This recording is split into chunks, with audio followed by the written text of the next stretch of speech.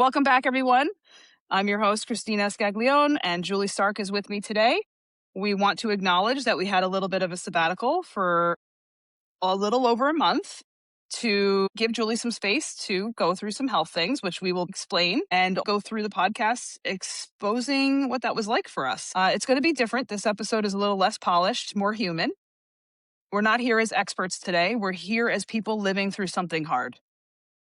Julie, welcome back. We've missed you. Thank you. I've had a couple of guests on in the in-between, and they've all said they miss you even at the end of their podcast with me. That's so nice. It's so nice. It's so nice to be on the other side of what we had once talked about. So thank you.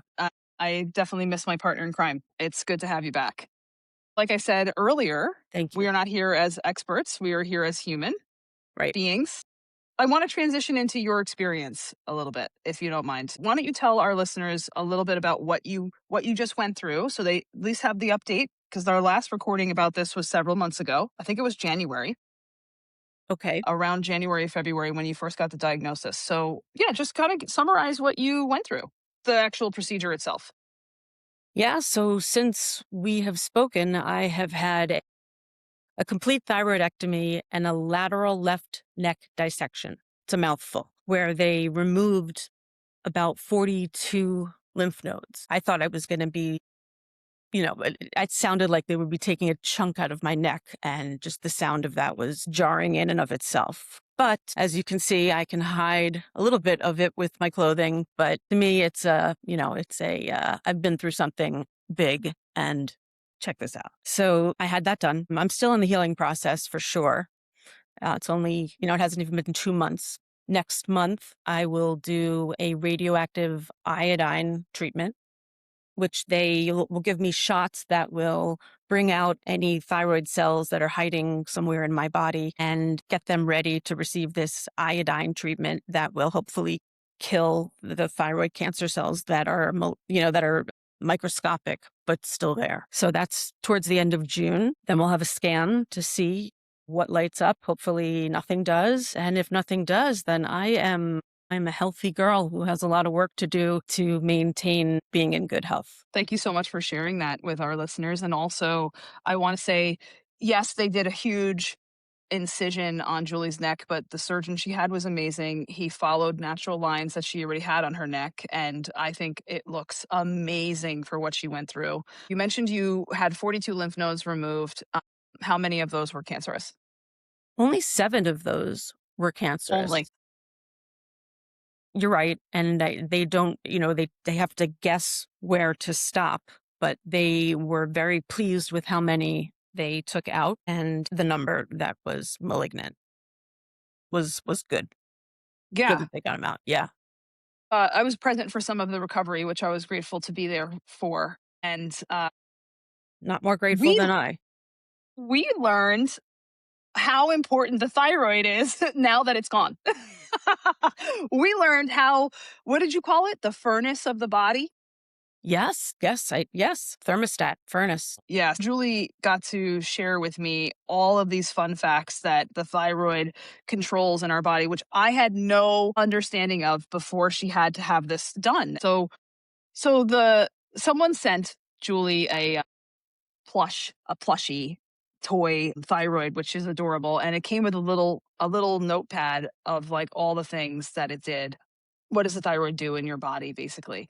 And we were reading it, and everybody that came through to visit Julie had to read it too, because it was a very exciting little tidbit of all the things that it does. And it virtually described me. And I don't want to say good and bad terms, but, challenging terms, and wow, I feel seen by this thyroid plushie, can finally understand me. So just a couple highlights, and I don't know if you have any that stand out to you when you say that.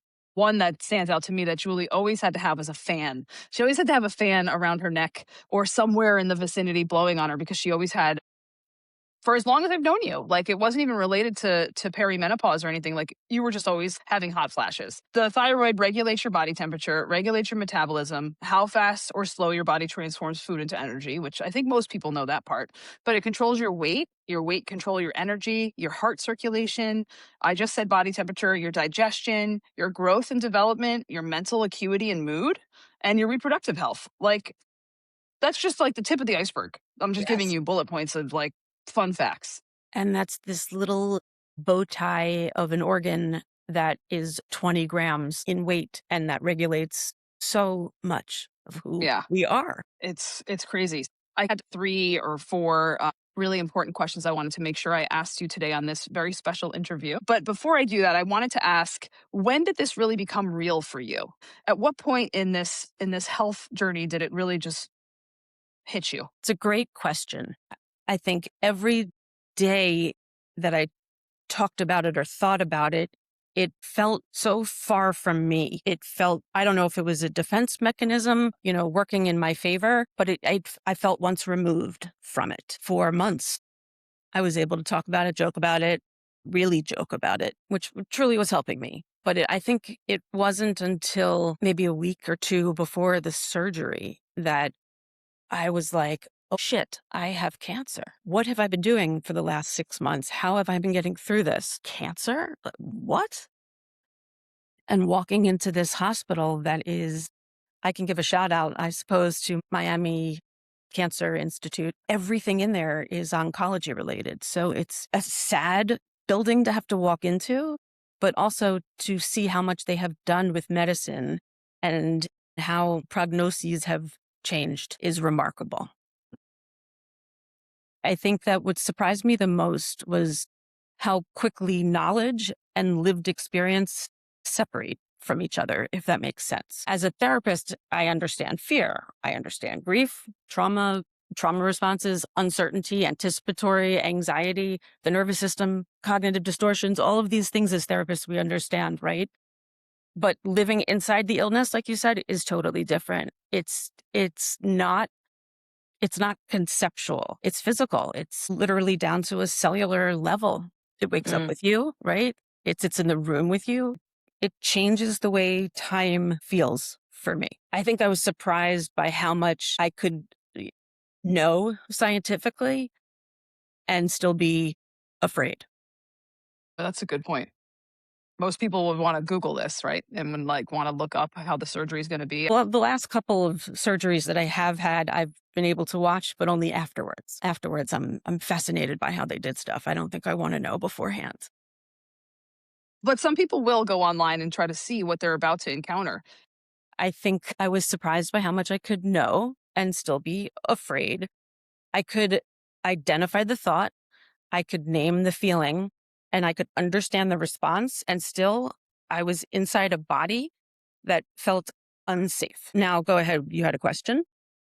Yeah. How did your mind process it initially versus your body and emotions? Like, how was your mind trying to make sense of this? It was too logical, my mind. So it was, I have cancer. Okay, put that on the shelf. Although it still remained in me, there was nothing I could do about it logically. My body, I think I felt very detached from my body and felt like my body had betrayed me in a way, but also was trying to love me into taking a deeper look inside myself with regard to health, physical health. No, I think with regard to what you had asked before, being on the other side of the chair softened me in a way that I didn't expect. It reminded me that insight is helpful, but it's not a magic wand. Sometimes the most healing thing is not figuring it out and letting yourself be human and have a very human reaction to something that is terrifying. Does that make sense? It does. It does make sense. And lastly, it also surprised me how vulnerable it feels to need, for me at least. I think therapists are used to holding space. We're used to being steady for other people. But illness, it makes you learn to receive, to depend, and to, not always be the composed one. And for me, quite humbling. Well, that kind of segues into my next question. Thank you for sharing that piece. Were there moments where everything you know as a therapist didn't actually help you in the way that you thought it would? And if so, what did you learn instead? Oh, that's a good question. These are good It's kind of questions to layered. you. There were definitely moments when when what I knew didn't help in the way that I hoped or thought that it would. And again, I think as therapists, we can sometimes believe, even unconsciously, that if we understand something, we should be able to manage it better. But illness, it does not always respond to insight. And that's not something that I'm fully used to. Fear doesn't always calm down because you can explain it clinically, for me, at least. That makes sense? It does make sense. Yeah, it does. There were times when I knew I was catastrophizing, but the fear still felt real. Knew uncertainty was a part of it, but suddenly uncertainty had a date, a time, a scan, a doctor's appointment, lab result attached to it. I knew how to help people breathe through fear, but sometimes I had to learn that breathing was not going to take the fear away. It didn't take the fear away, but it helped me stay with myself while the fear was there, if that makes sense. And that It does. was very helpful for me. It does make sense. Go ahead. What surprised you the most emotionally? Yeah, I think it was that I had to learn to surrender. Not giving up, but surrendering the illusion that I could think my way into safety or that I had any control of this. This was the first thing that has ever been an insight, or at least that I'm aware of, inside my body that I can't control.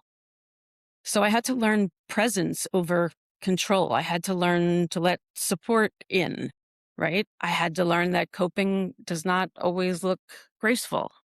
And I think you can attest to that. Sometimes coping looks like crying in the car, laughing at something inappropriate, needing distraction, asking the same question 5 times. I think you can attest to all of these things, or even just falling apart or showing up the next day. Every day, I feel like I learned something different because I was looking through a different lens than I had ever looked through.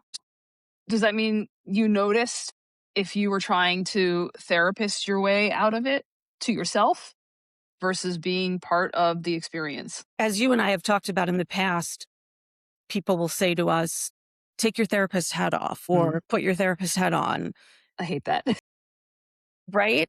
I need my therapist for a moment. So like, what does that actually mean? I go into a closet and quickly change into my cape Yes. and then have a different, it's the same. I'm the same person.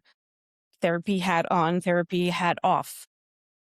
Maybe I speak a little differently um, when it's time to be clinical, but I'm the same person. So I think I was very well aware that I I had the image in my head constantly of my sitting in a therapist chair and then myself sitting on the opposite side sofa. And I just was going back and forth with myself.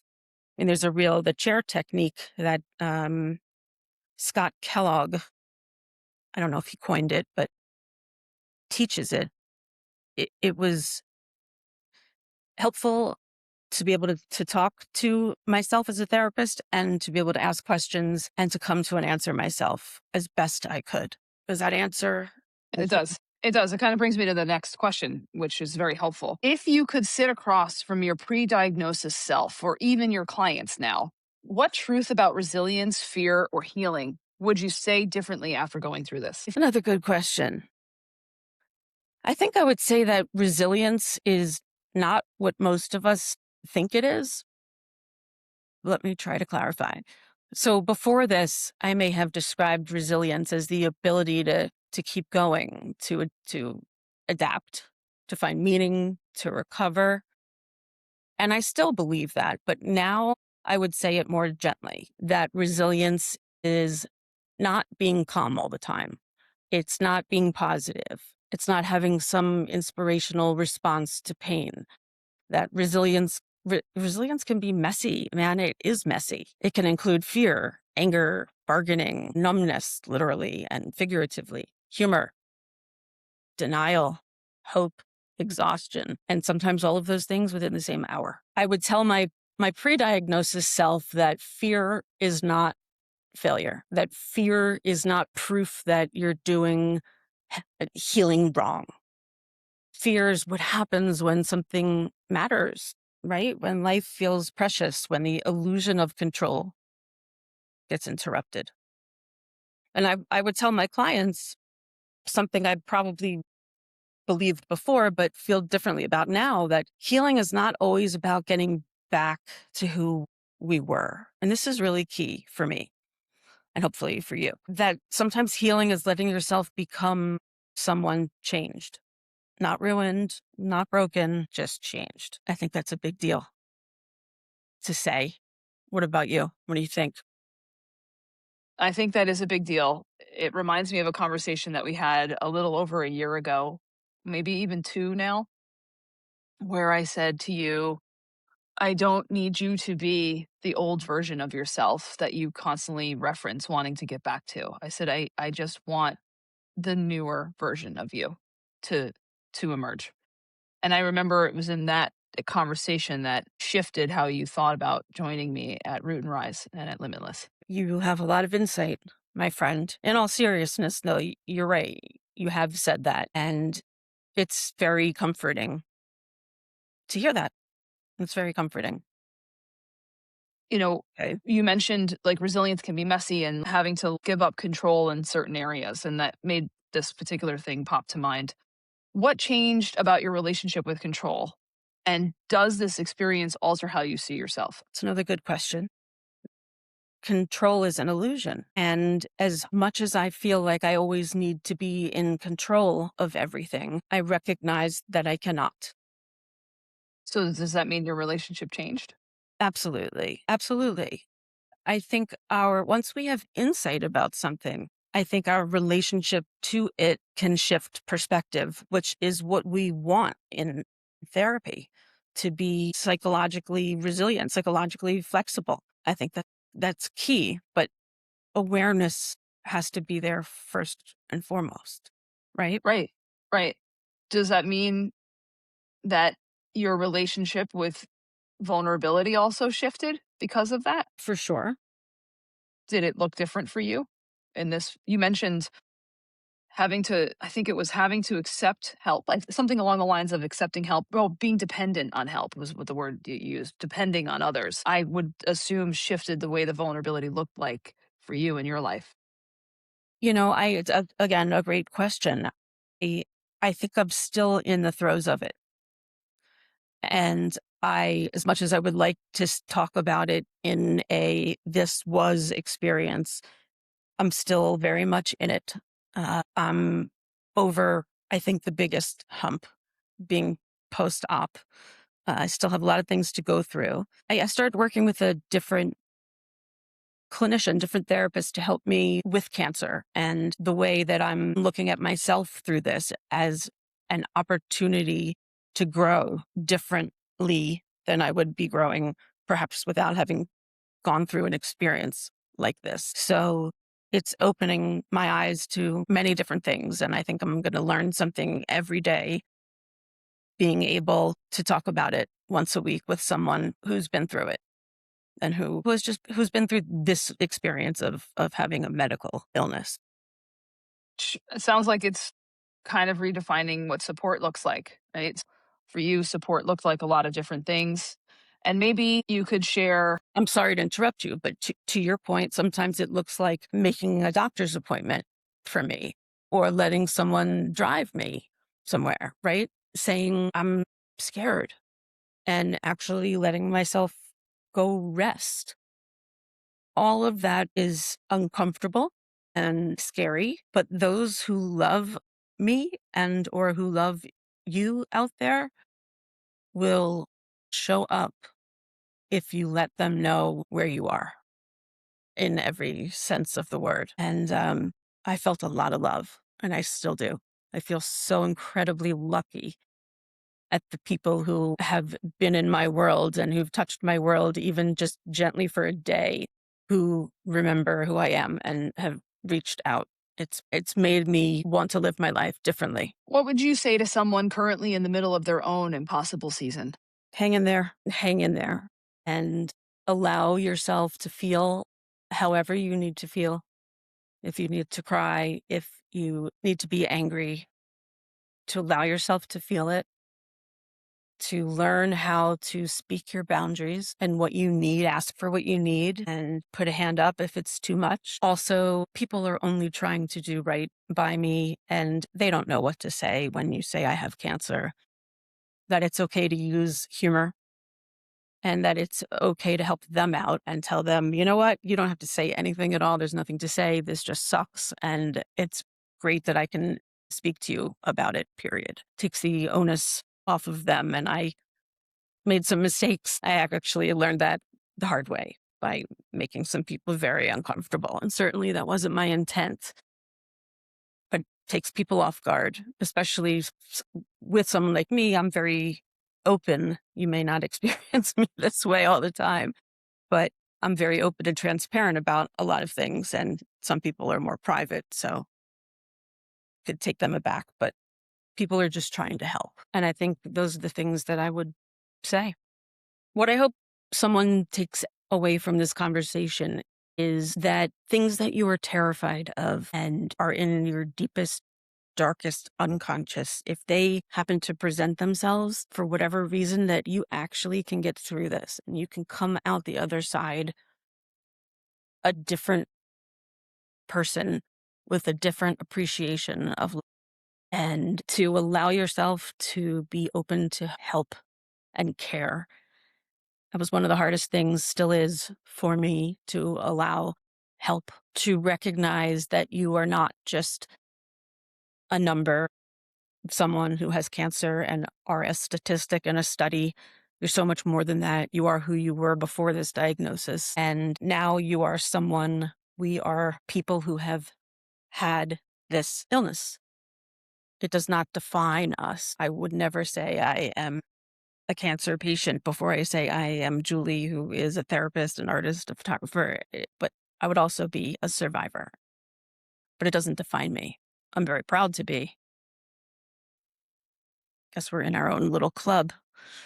It's like when you pull up to a stoplight and other people are driving the same Jeep. It's like, yeah, something like that. It's like the cancer club. It's kind of like, yeah, a little nod if you're wearing a pin or a shirt or a hat or something. You're not alone. And I think that's the biggest thing I'd like to say. Is there anything that you're still learning? I'm still learning a lot. Yes.